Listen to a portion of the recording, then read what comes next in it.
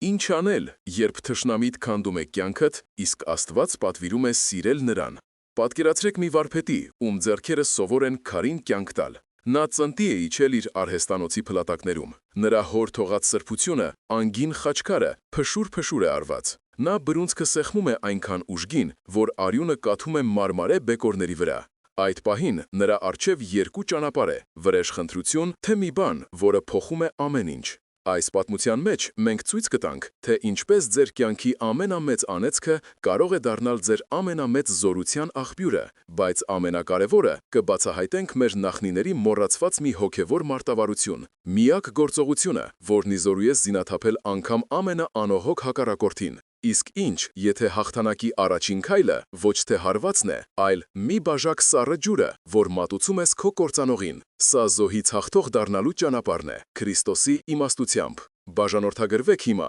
և մեկնաբանություններում գրեք ձեր քաղաքի անունը, տեսնենք քանիսով ենք մենք։ Արևը հազիվ էր շողերը տարածել Արարատի ձյունապատ գագաթին, երբ հողը սկսեց դողալ։ Բայց սա Աստծո ստեղծած երկրաշարժը չէր, սա մարդու ձեռքով ստեղծված դղրդյուն էր, պողպատե գազանի մռնչյուն, որը խժռում է հողը Երևանի հին թաղամասերից մեկում։ Գևորգի խաչքարագործ վարպետի արհեստանոցի քարե պատերը թրթռում էին։ Նրա ձեռքի մուրճը մի պահ կանգ առավ օդում։ Նա նայեց դեռևս անավարտ խաչքարին, որի նուրբ ժանյակները կարծես սարսափից սառել էին։ Այս արհեստանոցը նրա պապերից էր մնացել։ Պատերը ներծծել էին սերունդների աղոթքներն ու քարի փոշին։ Այն ավելին էր, քան շինություն։ Այն սրբավայր էր, որտեղ քարը դառնում էր հավատքի վկայություն, իսկ մուրճի յուրաքանչյուր հարվածը աղոթք։ Այստեղ օդը խիտ էր լռությունից, որը խախտվում էր միայն քարի հետ զրուցող գործիքների ձայնով։ Այսօր այդ լռությունը բռնաբարված էր բուլդոզերի անոհոք գոռոցով, որը քայլ առ քայլ մոտենում էր, սպառնալով հողին հավասարեցնել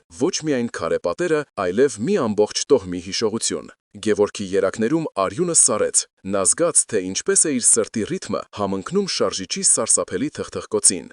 Դուռը բացվեց, ներս թողնելով ոչ միայն առավոտյան լույսը, այլև մի ստվեր։ Տիգրանն էր, փայլուն կոշիկներով, թանկարժեք կոստյումով մի մարդ, ում դեմքին քարացել էր ինքնավստահության սառը դիմակը։ Նրա ձեռքում մի թուղթ կար, որը նա թափահարում էր օդում, ինչպես դահիճը իր կացինը։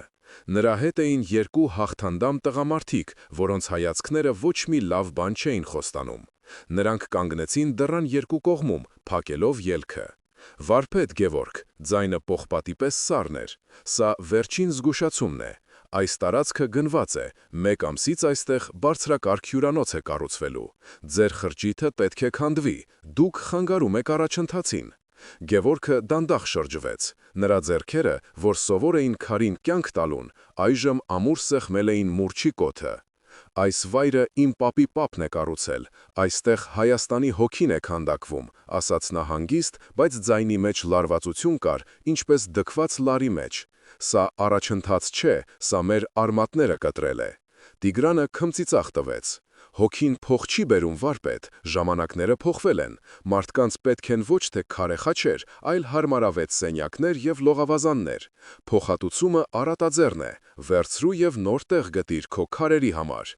Արհեստանոց մտավ Գևորգի կինը Անահիտը։ Նրա աչքերում տագնապ կար, բայց նա փորձում էր ուժեղ երևալ։ Նրա ձեռքին հին կաշվեպատ ավետարանն էր։ Տիգրան, խնդրում եմ, սա մեր ամեն ինչն է։ Այս պատերի մեջ մեր երեխաների ծիծաղն է հնչել, մեր նախնիների աղոթքներն են, մի կործանեք մեր կյանքը, Աստծուց վախեցեք։ Տիկին, ասաց Տիգրանը, նույնիսկ չնայելով նրան, Աստված բարձր է, իսկ իմ հյուրանոցի հիմքերը խորը։ Սա բիզնես է, ոչ թե բարեգործություն, ժամանակը սպառվում է։ Նա թուղթը դրեց սեղանին և դուրս եկավ։ Դրսում բուլդոզերի շարժիչն ավելի բարձր գոռաց, կարծես հաստատելով նրա խոսքերի անողոքությունը։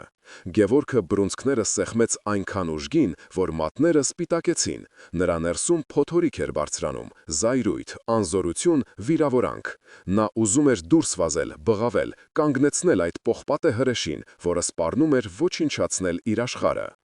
«Մենք պետք է պայքարենք, Գևորգ», ասաց Անահիտը։ Ձայնը դողում էր։ «Մենք պետք է դատարան դիմենք, մարդկանց հանենք փողոց»։ Այդ երեկո նրանք գնացին իրենց ծխական եկեղեցի, Սուրբ Սարգիս։ Տեր Հովսեփը, սպիտակ մորուքով և աչքերի խորքում դարերի իմաստություն կրող քահանան, լսեց նրանց։ Եկեղեցում էին նաև մի քանի հավատացյալներ՝ Գևորգի վաղեմի ընկեր Վարդանը, որը նույնպես արհեստավոր էր, և տարեց ուսուցչուհի տիկին Շուշանիկը։ «Ինչ անեմ, հայր Սուրբ», հարցրեց Գևորգը, ձայնը խզված։ «Օրենքը նրա կողմն է, իշխանությունը նրա կողմն է, ես ուզում եմ պայքարել, բայց ինչպե՞ս»։ Վարդանը չդիմացավ։ «Պայքարել պետք է իրենց զենքով։ Եթե նրանք ուժ են կիրառում, մենք էլ պետք է ուժով պատասխանենք։ Կհավաքվենք, կփակենք ճանապարհը, թող տեսնեն, որ մենք էլ անտեր չենք»։ Տեր Հովսեփը երկար լռեց, հետո բացեց ավետարանը, որը դրված էր խորանի մոտ։ Նրա մատները գտան Մատթեոսի ավետարանի 5-րդ գլուխը։ Տերն ասում է. «Սիրեցեք ձեր թշնամիներին, օրհնեցեք ձեզ անիծողներին, բարիք արեք ձեզ ատողներին և աղոթք արեք ձեզ չարչարողների ու հալածողների համար»։ Գևորգը գլուխը բարձրացրեց։ Նրա դեմքին անհավատություն էր։ Սիրել Տիգրանին, աղոթել նրա համար։ Հայր Սուրբ, նա ուզում է իմ տունը, իմ հիշողությունը, իմ աշխատանքը հողին հավասարեցնել։ Ինչպես կարող եմ սիրել նրան։ Սա ինքնասպանություն է։ Սիրելի եղբայրներ և քույրեր, ահա այստեղ է սկսվում մեր ճանապարհորդությունը։ Գևորգը կանգնած է մի խաչմերուկում, որտեղ մարդկային տրամաբանությունը բախվում է աստվածային պատվիրանին։ Սա ոչ թե պարզապես Գևորգի պատմությունն է, այլ մեզանից յուրաքանչյուրի։ Մենք բոլորս ունենք մեր Տիգրաններին, մարդիկ, հանգամանքներ, փորձություններ, փոխեցություններ, որոնք սպառնում են քանդել այն, ինչ թանկ է մեզ համար։ Եվ մենք բոլորս լսում ենք Քրիստոսի այդ անհնարին թվացող կանչը։ Եթե դուք ուզում եք իմանալ Քրիստոսի կյանքի խորհուրդները, եթե ուզում եք հասկանալ, թե ինչպես կարելի է կրել սեփական խաչը ոչ թե որպես անեծք, այլ որպես փրկության ճանապարհ, ապա եկեք միասին անցնենք այս ուղին։ Մտովի ստորագրեք ձեր անունները այս ուխտագնացության մատյանում։ Իսկ մինչ մենք կշարունակենք, խնդրում եմ մեկնաբանություններում կիսվեք, թե ինչպես եք դուք փորձել կիրառել Հիսուսի ուսմունքները ձեր կյանքում, երբ բախվել եք անարդարության։ Տեր Հովսեփի խոսքերը օդում կախված մնացին, ծանր ու անհասկանալի։ Վարդանը գլուխը թափ տվեց։ Հայր Սուրբ, հարգանքով եմ վերաբերվում ձեր խոսքին, բայց սա քարոզ չէ, սա կյանք է։ Եթե մեկը քո տունն է քանդում, դու նրա համար չես աղոթում, այլ պաշտպանում ես քո օջախը։ Մեր պապերը զենքով են պաշտպանել մեր հավատքն ու հողը, ոչ թե աղոթքով։ Տիկին Շուշանիկը, որի դեմքը կնճիռներով պատված էր, ինչպես հին ձեռագիր, փափուկ ձայնով խոսեց. «Բայց չէ՞ որ մեր ամենամեծ զենքը միշտ եղել է հավատքը։ Սուրբ Հռիփսիմյանց գույսերը, Սուրբ Վարդանանք, նրանք մահվան գնացին, աղոթելով իրանց դահիճների համար։ Նրանք պարտվեցին։ Ոչ, նրանք հաղթեցին, որովհետև նրանց արյամբ մեր եկեղեցին զորացավ։ Թշնամուն սիրելը ոչ թե թուլություն է, այլ հոգևոր ուժի բարձրագույն դրսևորում»։ Այս խոսքերից հետո եկեղեցում լռություն տիրեց, որը խախտվում էր միայն դրսից լսվող շինարարության հեռավոր ձայներով։ Գևորգը կանգնած էր երկու աշխարհների միջև։ Մեկը պահանջում էր արդարություն և պայքար, մյուսը անհնարին թվացող ներում և սեր։ Նրա հոգին պատառոտվում էր։ Գևորգի տանը լարվածությունը կարելի էր դանակով կտրել։ Ընթրիքը սեղանին սարել էր։ Անահիտը անհանգիստ քայլում էր սենյակում, իսկ Գևորգը նստած էր ձեռքերի մեջ առած հին ընտանեկան ավետարանը։ Դուռը բացվեց և ներս մտավ Գևորգի կրտսեր եղբայրը՝ Լևոնը։ Նա 28 տարեկան էր, սուր հայացքով, գործնական և տաքարյուն երիտասարդ, որը հավատում էր միայն տեսանելի արդյունքներին։ «Լսեցի, թե ինչ է եղել», ասաց նա, նետելով բաճկոնը բազկաթոռին, «և լսեցի, թե ինչ խորհուրդ է տվել Տեր հայրը։ Գևորգ, եղբայր իմ, դու երբ պիտի հասկանաս, որ այս աշխարհում գայլերի հետ գայլի պես են խոսում, ոչ թե ոչխարի»։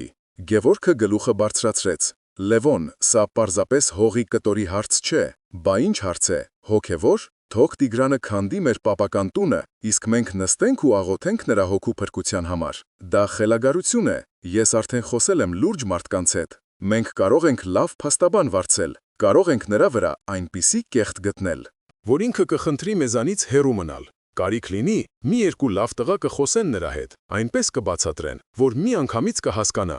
Անահիտը կանգ առավ։ «Լեոն, ինչ ես ասում։ Մենք հանցագործ չենք։ Իսկ նա ով է, Սուրբ, նա մեր կյանքն է քանդում։ Ես առաջարկում եմ ոչ թե ավետարան կարդալ, այլ գործել»։ Գևորգը բացեց ավետարանը։ Նրա ձեռքերը դողում էին։ Տերն ասում է. «Մի հակառակվիր չարին, ով աջ ծնոթի տապտակ տա, մյուսն էլ դարձրու նրան»։ Լևոնը բարձրաձայն ծիծաղեց, բայց ծիծաղը դառն էր։ Հրաշալի է, ուրեմն երբ նա բուլդոզերով մտնի արհեստանոց, դու նրան տան բանալիներն էլ կտաս։ Գևորգ, արթնացիր, քո այս քրիստոնեական խոնարհությունը նա ընդունում է որպես վախկոտություն։ Մեր հայրը երբեք այսպես չէր վարվի։ Նա կպայքարեր իր ընտանիքի ու իր գործի համար մինչև վերջ։ Այս խոսքերը դանակի պես խոցեցին Գևորգի սիրտը։ Հոր հիշատակը նրա համար սուրբ էր։ Նա հիշեց, թե ինչպես էր հայրը պաշտպանում իրենց, երբ փոքր էին։ Բայց հիմա Քրիստոսի խորհուրդը կարծես թե նրան դնում էր իր հոր ուսմունքների դեմ։ Ընտանիքը բաժանվեց երկու ճամբարի։ Լևոնը ներկայացնում էր ռեալիստներին, որոնք պահանջում էին անհապաղ և կոշտ գործողություններ։ Անահիտը, չնայած իր վախերին, կանգնած էր Գևորգի կողքին, փորձելով հավատալ, որ հոգևոր ճանապարհը ճիշտ է։ Քրիստոսի խոսքերը, որոնք պետք է մխիթարություն բերեին, դարձել էին ընտանիքը պարակտող սուր։ Գևորգը նայեց իր եղբոր զայրացած դեմքին, կնոջ հուսահատ աչքերին և հասկացավ, որ Տիգրանը քանդում է ոչ միայն իր արհեստանոցը, այլև իր ընտանիքը։ Հաջորդ կիրակի Սուրբ Պատարագից հետո Տեր Հովսեփը Գևորգին ու Անահիտին հրավիրեց եկեղեցու բակի ստվերոտ անկյունը, որտեղ մի հին թթենի էր իր ճյուղերը տարածել։ Նրանց միացան նաև մի քանի այլ ծխականներ՝ երիտասարդ բժիշկ Արամը և Գևորգի ընկեր Վարդանը։ «Մենք այսօր լսեցինք ավետարանի ընթերցումը լեռան քարոզից», սկսեց Տեր Հովսեփը։ Նրա ձայնը հանգիստ էր, բայց թափանցում էր մինչև հոգու խորքը։ Շատերն ասում են, սա գեղեցիկ խոսք է, բայց անիրագործելի։ Բայց մեր Տերը երբեք մեզանից անիրագործելի բան չի պահանջում։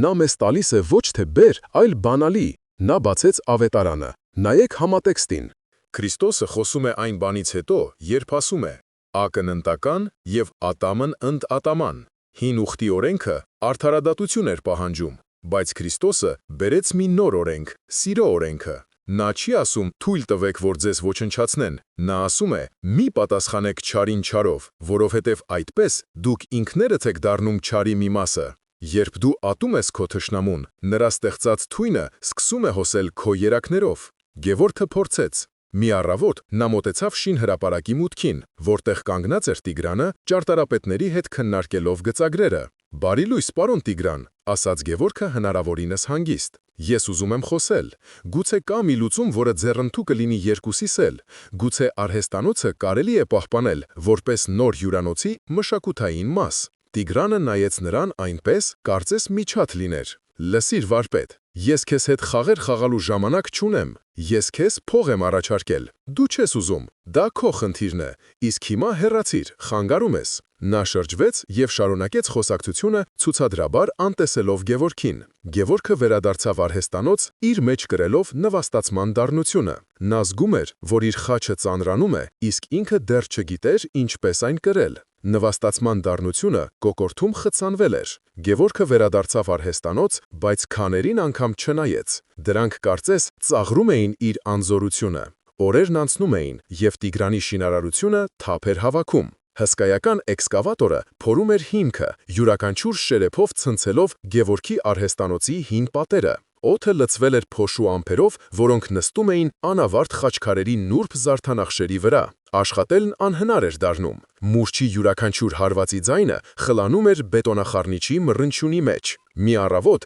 Գևորգը մտավ արհեստանոց և սիրտը սեղմվեց։ Գիշերային ցնցումներից մի բարակ, հազիվ նկատելի ճաք էր գնացել այն խաչքարի վրայով, որի վրա նա աշխատում էր վերջին ամիսներին։ Դա պատվեր էր Գեղարդի վանքի համար։ Ճաքը նման էր սրտի վրայի վերքի։ Աշխատանքը փչացել էր։ Նրա համբերության բաժակը լցվեց։ Այդ գիշեր Գևորգը որոշում կայացրեց։ Նա չէր լսելու Լևոնին և չէր դիմելու բռնության։ Նա չէր լսելու նաև իր սեփական հպարտությանը։ Նա կփորձեր կատարել Տիրոջ պատվիրանը, բայց ոչ թե խոսքով, այլ գործով։ Մի ամբողջ շաբաթ նա փակվեց արհեստանոցում։ Դրսի աղմուկին ի պատասխան նա իր ողջ ցավը, իր ողջ հավատքն ու հույսը ներդրեց մի փոքրիկ քարի մեջ։ Նա քանդակեց մի խաչքար, այնքան նուրբ ու գեղեցիկ, որ թվում էր ոչ թե քարից է, այլ լույսից հյուսված։ Դրա վրա նա փորագրեց Տիրոջ խոսքերը. «Ես եմ ճանապարհը, ճշմարտությունը և կյանքը»։ Հաջորդ առավոտ, հագնելով իր ամենամաքուր շորերը, նա վերցրեց խաչքարը, որը փաթաթել էր սպիտակ կտորի մեջ,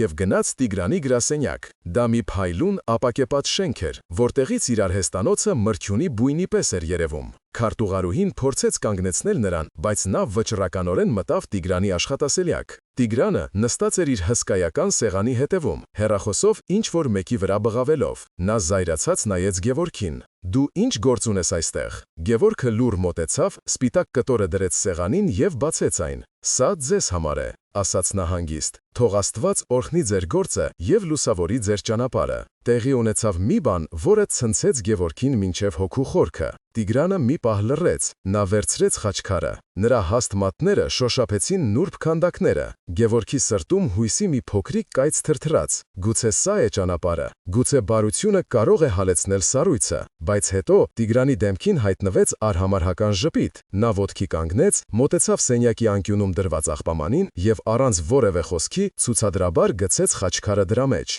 Քարի մետաղին դիպչելու չոր ձայնը որոտի պես հնչեց լուր սենյակում։ Ինձ քո քարերը պետք չեն, սառը ասաց Տիգրանը։ Ինձ քո հողն է պետք, իսկ հիմա դուրս եւ այլևս չհամարձակվես մոտենալ ինձ։ Գևորգը քարացել էր։ Նա նայում էր աղբամանին, որտեղ ընկած էր իր մեծ շաբաթյա աղոթքը, իր հույսը, իր հավատքի մի կտորը։ Նա ոչինչ չասաց, շրջվեց եւ դանդաղ քայլերով դուրս եկավ։ Նա հեռանում էր ջախջախված, նվաստացված, դատարկված։ Այս ձախողումը ոչ միայն բարձրացրեց խաղադրույքները, այլև կարծես թե ապացուցեց, որ Լևոնն էր ճիշտ։ Այս աշխարհում սիրո եւ ներման լեզուն անհասկանալի է։ Նույն օրը երեկոյան նրա աշխատանոցում հավաքվեցին ընկերները՝ Վարդանը, մեկ այլ քարտաշ վարպետ Ռուբենը եւ մի քանի հարևաններ։ Նրանք լսել էին կատարվածի մասին։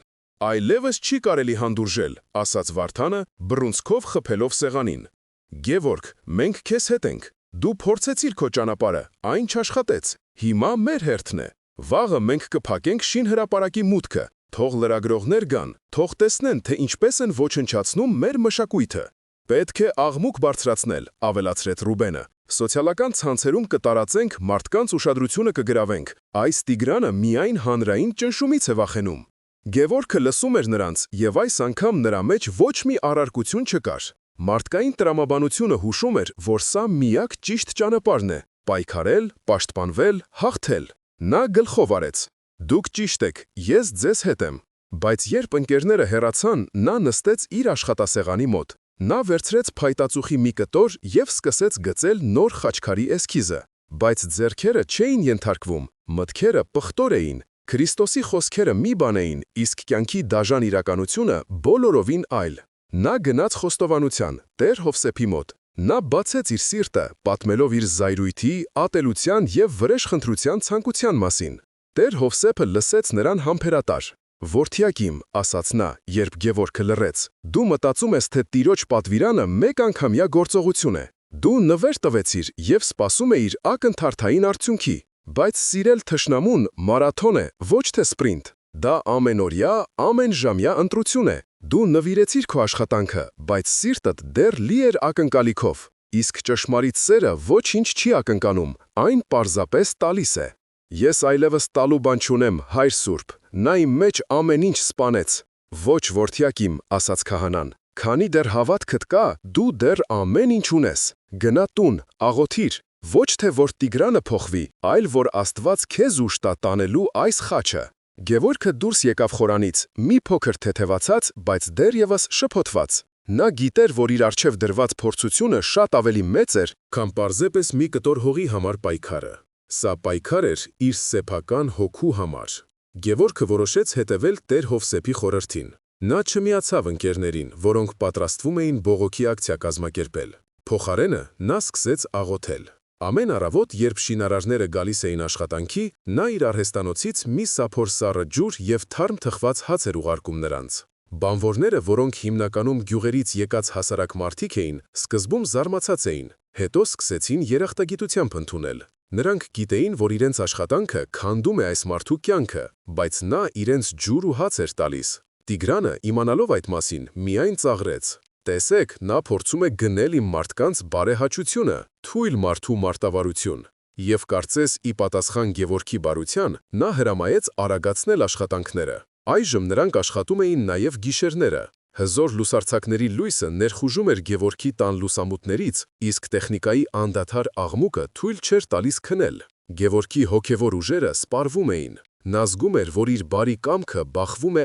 անթափանց պատի։ Հետո Տիգրանը դիմեց տեղեկատվական պատերազմի։ Մի առավոտ տեղական թերթերից մեկում հայտնվեց մի մեծ հոդված. «Ժամանակակից հերոստրատոսները, ովքեր են խանգարում Երևանի զարգացմանը» վերնագրով։ Հոդվածում առանց անուններ տալու նկարագրվում էր մի հնաոճ արհեստավոր, որը կառչած իր պապենական խրճիթից խոչընդոտում է քաղաքի համար կենսական նշանակություն ունեցող ներդրումային ծրագրին։ Ավելին, հոդվածում ակնարկվում էր, թե իբր Գևորգի ընտանիքը պահանջում է աստղաբաշխական փոխհատուցում և շանտաժի է ենթարկում բարեխիղճ շինարարին։ Սուտը թունավոր սարդի պես սկսեց իր ցանցը հյուսել։ Մարդիկ, որոնք երեկ բարևում էին, այսօր սկսեցին խուսափել նրանցից։ Ճնշումը դարձավ ոչ թե վերացական, այլ ֆիզիկապես շոշափելի։ Ամենացավալի տեսարանը շուկայում էր։ Գևորգի մայրը տիկին Վարդուհին, մի կին, որը ողջ կյանքում հարգանք էր վայելել թաղամասում, մոտեցավ կանաչեղենի վաճառողին, ում տասնյակ տարիներ ճանաչում էր։ «Սուսան ջան, ինձ մի քիչ լավ լոլիկ կտա սենց»։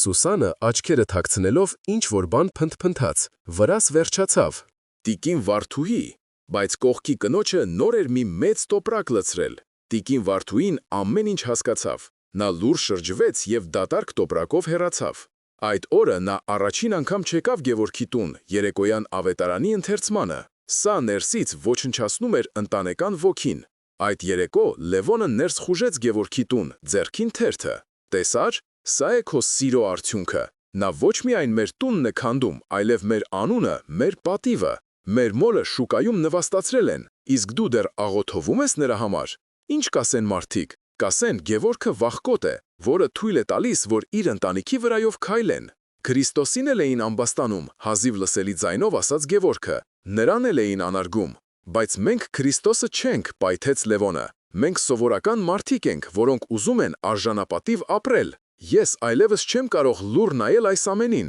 Եթե դու ոչինչ չես անում, ես կանեմ»։ Նա դուռը շխկացնելով դուրս եկավ։ Անահիտը լաց էր լինում։ «Գևորգ, գուցե Լևոնը ճիշտ է։ Մենք չենք կարող մեր ընտանիքը զոհաբերել մի սկզբունքի, որը գուցե սխալ ենք հասկանում։ Գուցե սիրել թշնամուն չի նշանակում թույլ տալ, որ նա քեզ ոչնչացնի»։ Գևորգի հավատքը սասանվեց։ Նա զգում էր, որ հայտնվել է հոգևոր փակուղում։ Նա հետևում էր Տիրոջ խոսքին, բայց դրա փոխարեն ստանում էր միայն ավելի շատ ցավ, ավելի շատ նվաստացում։ Ներքին պայքարը մարդկային բանականության և Հիսուսի իմաստության միջև սրվել էր մինչև վերջին աստիճան։ Եվ հետո տեղի ունեցավ այն, ինչը կոտրեց նրա մեջ վերջին հույսի շողը։ Մի երկուշաբթի առավոտ նա մտավ արհեստանոց և սառեց շեմին։ Օդը լիքն էր ավերածության հոտով։ Գիշերը անհայտ մարդիկ ներս էին խուժել։ Նրանք ոչինչ չէին գողացել։ Նրանք պարզապես ոչնչացրել էին։ Գործիքները շախտված էին հատակին, պատրաստի աշխատանքները կոտրատված էին, բայց ամենասարսափելին կենտրոնում էր։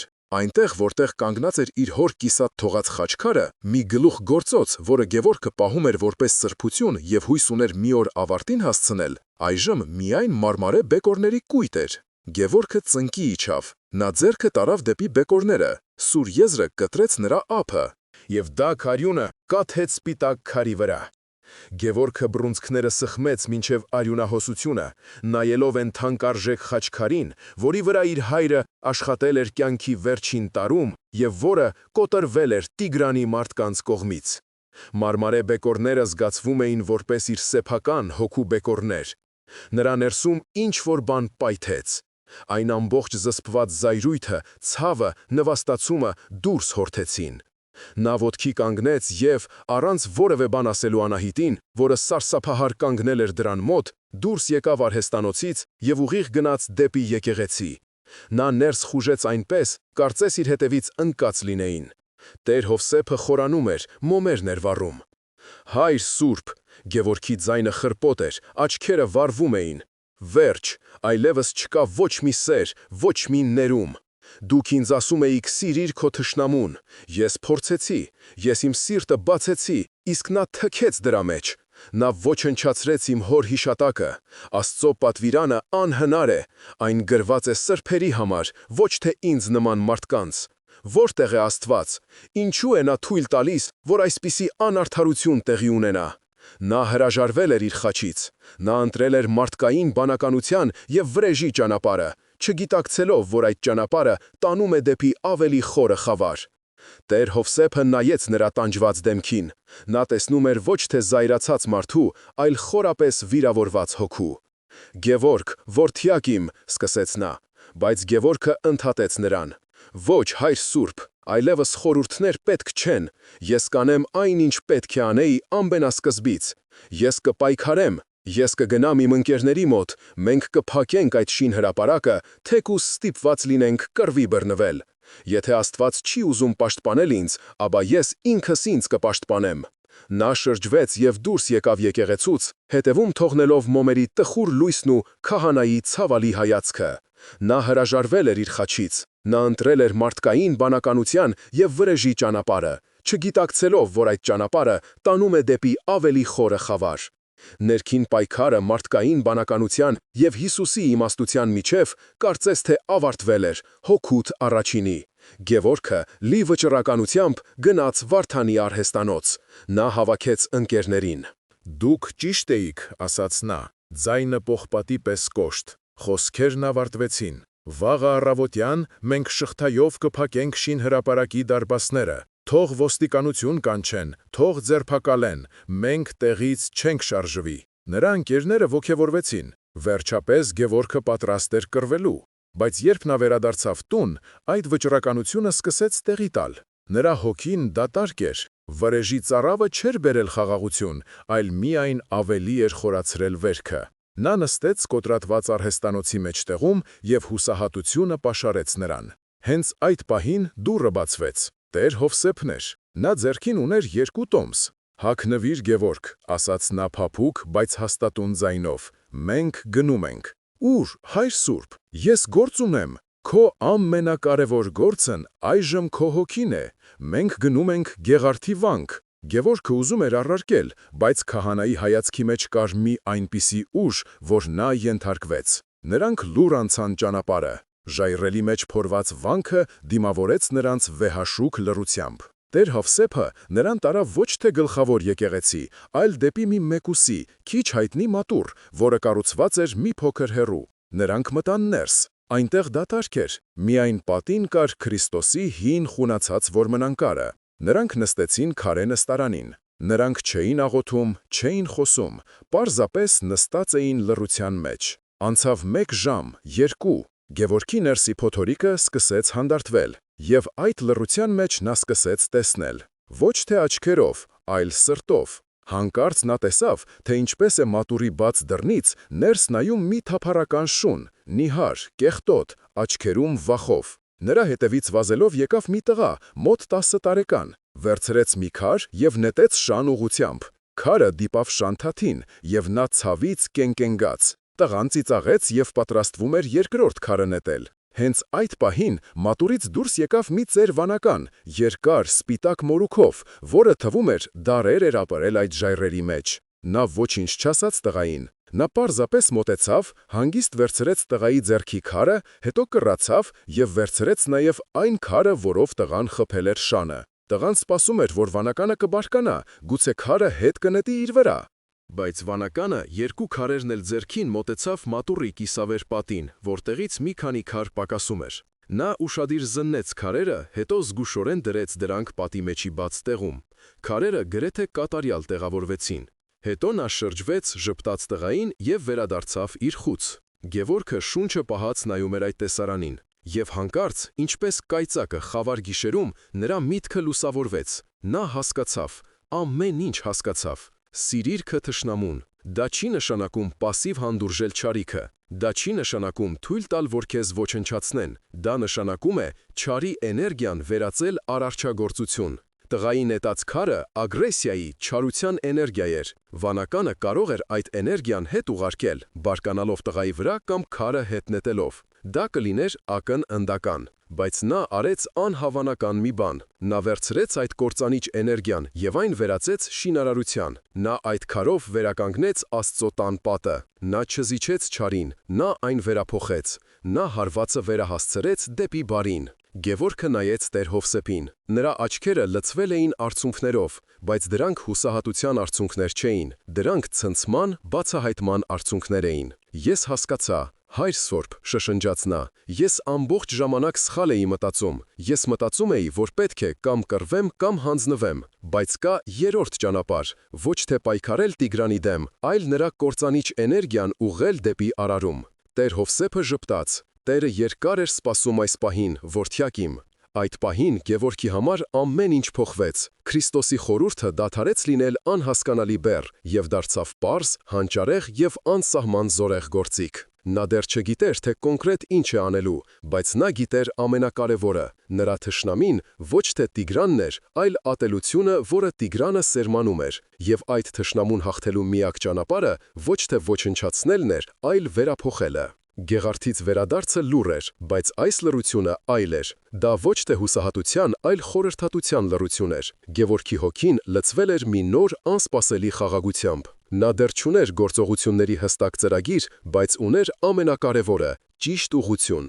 Նրա աշխարհը շրջվել էր։ Նախկինում նա տեսնում էր խնդիրը, Տիգրանին եւ նրա բուլդոզերը։ Հիմա նա տեսնում էր հնարավորությունը, Տիգրանի կործանիչ էներգիան։ Նրա համար այլևս հարցը ինչպես հաղթել Տիգրանին չէր, այլ ինչպես օգտագործել Տիգրանի ստեղծած չարիքը բարիք գործելու համար։ Այս միտքը այնքան պարզ էր ու միևնույն ժամանակ այնքան հանճարեղ, որ նա զարմանում էր, թե ինչպես առաջ չէր հասկացել։ Քրիստոսի խոսքերը բացվել էին նրա առաջ իրենց ողջ խորությամբ։ Այդ երեկո նա հավաքեց իր ընտանիքին, Անահիտին, Լևոնին եւ իրենց ծնողներին, որոնք եկել էին անհանգստացած վերջին իրադարձություններից։ Սենյակում լարվածություն կար։ Լևոնը պատրաստ էր լսելու պայքարի նոր ծրագրի մասին։ Գևորգը խորը շունչ քաշեց։ «Ես որոշում եմ կայացրել», ասաց նա հանգիստ, բայց ամուր ձայնով։ «Մենք չենք պատրաստվում փակել ճանապարհը, մենք չենք պատրաստվում դատի տալ, մենք չենք պայքարել Տիգրանի դեմ»։ Լևոնը հեգնանքով ժպտաց։ «Ուրեմն հանձնվում ենք, շնորհավորում եմ, թույլ տուր գուշակեմ, նորից աղոթելո՞ւմ ենք»։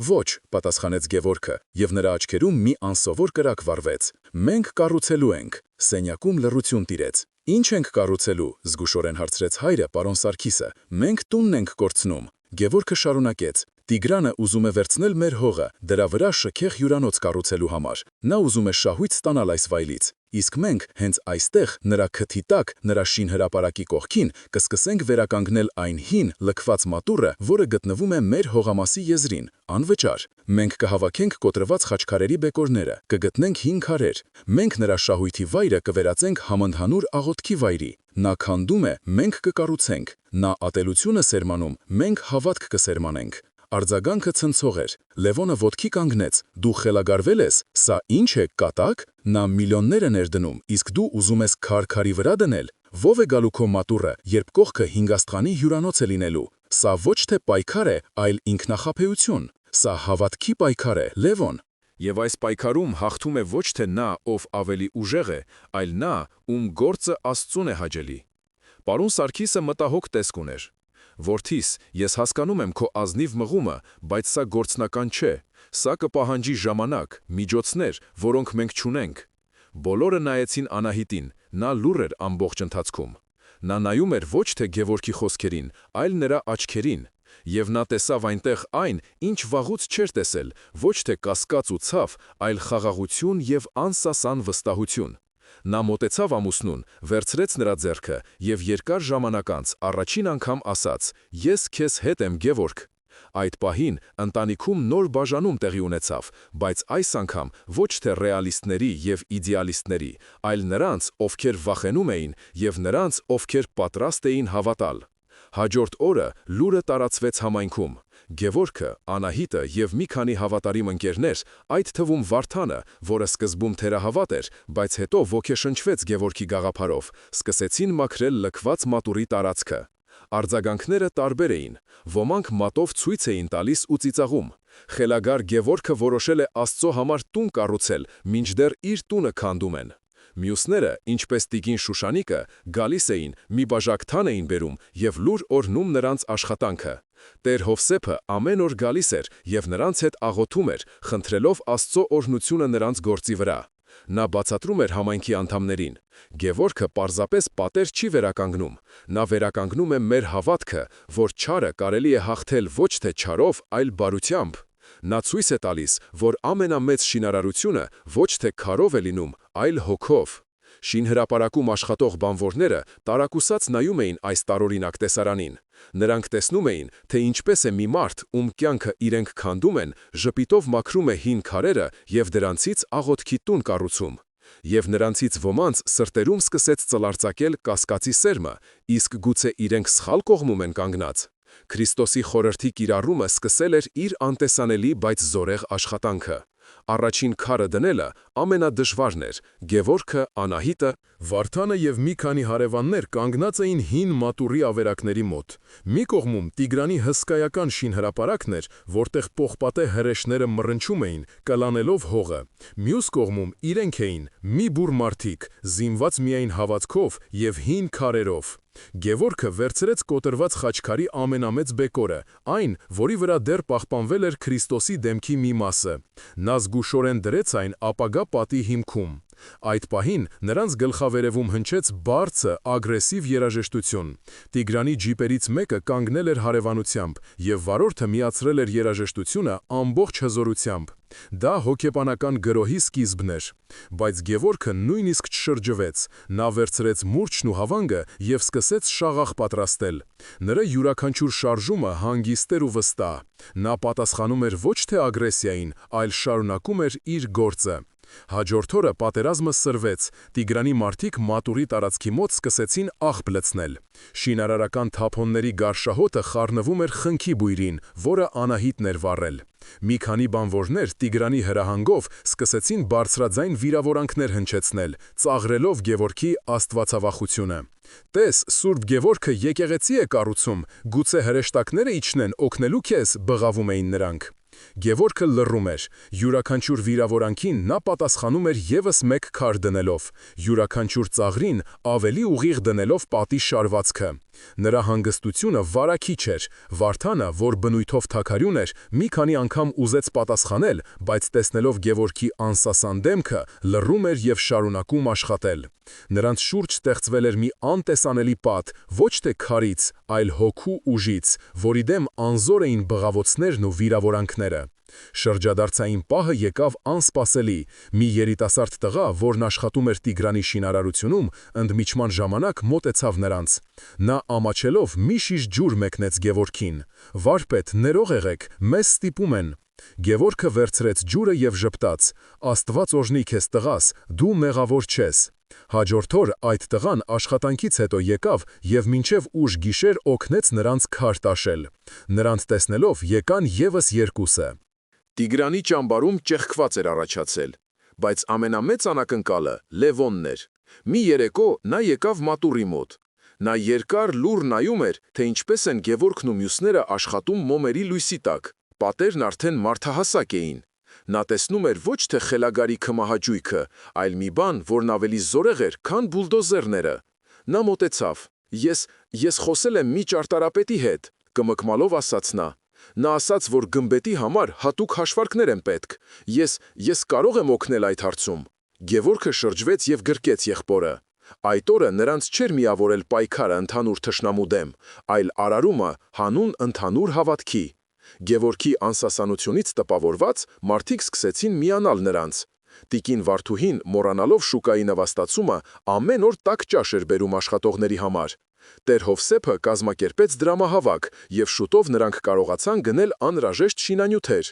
Հակամարտությունը դարձավ հրապարակային։ Լրագրողները, որոնք սկզբում եկել էին Տիգրանի պատվերով, ծաղրելու Գևորգին, այժմ գրում էին հավատքի շինարարության մասին։ Տիգրանը զայրանում էր։ Նա տեսնում էր, որ ինչքան ավելի շատ էր ճնշում, այնքան ավելի էր ամրանում մատուռի պատը։ Նրա կործանիչ էներգիան, հակառակ իր կամքին, ծառայում էր որպես ցեմենտ, որը միավորում էր համայնքը։ Գևորգը վերցրել էր թշնամու նետած քարերը եւ դրանցով կառուցում էր Աստծո տունը, ապացուցելով, որ Քրիստոսի իմաստությունը ոչ թե գեղեցիկ առասպել է, այլ ամենահզոր գործիքը իրական աշխարհում։ Մատուռի օծման օրը արևոտ էր։ Փոքրիկ գմբետի խաչը փայլում էր երկնքի կապույտի տակ, կարծես մարտահարավեր նետելով կողքին բարձրացող հյուրանոցի անսիրտ բետոնին։ Հավաքվել էր ողջ թաղամասը, անգամ այն մարդիկ, որոնք երեք մեջք էին դարձնում։ Օդը լցված էր խնկի բույրով եւ տոնական տրամադրությամբ, բայց հանկարծ ամբոխը լռեց։ Սև փայլուն ջիպը կանգնեց մատուռի մոտ, եւ միջից դուրս եկավ Տիգրանը։ Նրա դեմքը քարի պես անթափանց էր։ Նա մենակ էր։ Նրա մարդիկ հեռվում էին կանգնած։ Լռություն տիրեց։ Բոլորը սպասում էին պայթյունի։ Սա գագաթնակետն էր։ Տիգրանը դանդաղ քայլերով անցավ ամբոխի միջով, որը ծովի պես ճանապարհ բացեց նրա առաջ։ Եվ ուղիղ գնաց դեպի Գևորգը, որը կանգնած էր մատուռի շեմին Տեր Հովսեփի կողքին։ Նրանք կանգնեցին դեմ դիմաց։ Տիգրանը հասակով էր, ավելի ուժեղ, բայց Գևորգի հայացքի մեջ կար մի ուժ, որը փողով չէր գնի։ Գևորգը չհեռացավ։ Նա նայեց Տիգրանի աչքերի մեջ, որոնց խորքում մի պահ տեսավ ոչ թե գիշատչի, այլ մոլորված մարդու։ Եվ նա արեց այն, ինչ ոչ ոք չէր սպասում։ Նա ժպտաց և արտասանեց մի պարզ նախադասություն. «Բարի գալուստ Տիգրան, այս մատուռը նաև քո ծնողների, Գրիգոլի և Մանուշակի հիշատակին է։ Ես իմացա նրանց անունները»։ Հետո նա ձեռքը մեկնեց և Տիգրանին տվեց մի փոքրիկ հարթ քար, որի վրա փորագրված էր միայն մեկ խաչ։ Այդ պահին տեղի ունեցավ անհավանականը։ Տիգրանի դեմքի երկաթե դիմակը ճաք տվեց, նրա շուրթերը դողացին։ Նա նայեց քարին, հետո Գևորգին, հետո նորակառույց մատուռին։ Մի ակնթարթում նրա աչքերի առաջով անցավ իր ողջ կյանքը, գյուղի տունը, ծնողները, որոնք նրանց սովորեցնում էին աղոթել, և այն ճանապարհը, որը նրան հեռացրել էր այդ ամենից։ Նա սուրբ չդարձավ այդ պահին, բայց նա կոտրվեց։ Նրա մեջ ինչ-որ բան փշրվեց, այն կեղևը, որով նա տարիներ շարունակ պաշտպանվում էր աշխարհից։ Նա ոչինչ չասաց, ձեռքը սեղմեց քարը, լուր շրջվեց և հեռացավ։ Նրա մեքենան հեռացավ և այլևս երբեք չվերադարձավ։ Հաջորդ շաբաթ շինարարությունը կանգնեց։ Մի քանի ամիս անց հայտնի դարձավ, որ Տիգրանը վաճառել է նախագիծը, իսկ հյուրանոցի կառուցումը սառեցվել է։ Անցավ 1 տարի։ Փոքրիկ մատուռը դարձել էր թաղամասի սիրտը։ Մարդիկ գալիս էին այստեղ ոչ միայն աղոթելու, այլև պարզապես նստելու, խոսելու։ Գևորգի արհեստանոցը ծաղկում էր, պատվերներն ավելի շատ էին, քան երբևէ։ Մարդիկ գալիս էին ոչ միայն խաչքար պատվիրելու, այլև տեսնելու այն մարդուն, ով հավատքով հաղթեց բուլդոզերին։ Բայց ամենակարևոր փոփոխությունը արհեստանոցի ներսում էր։ Լևոնը, որը թողել էր իր գործնական աշխատանքը, այժմ աշխատում էր Գևորգի կողքին, սովորելով քարի հետ խոսելու արվեստը։ Նրանք հաճախ լուր էին աշխատում, և այդ լռության մեջ էր Լևոնի ամենաանկեղծ ներողությունն ու հարգանքը։ Նա հասկացել էր, որ իսկական ուժը ոչ թե բռունցքի, այլ հոգու մեջ է։ Ընտանիքը վերամիավորվել էր, ավելի ամուր, քան երբևէ։ Այսպիսով, սիրելի բարեկամներ, ավարտվեց մեր պատմությունը։ Ինչ փոխվեց այս փոքրիկ համայնքում։ Փոխվեց հասկացողությունը։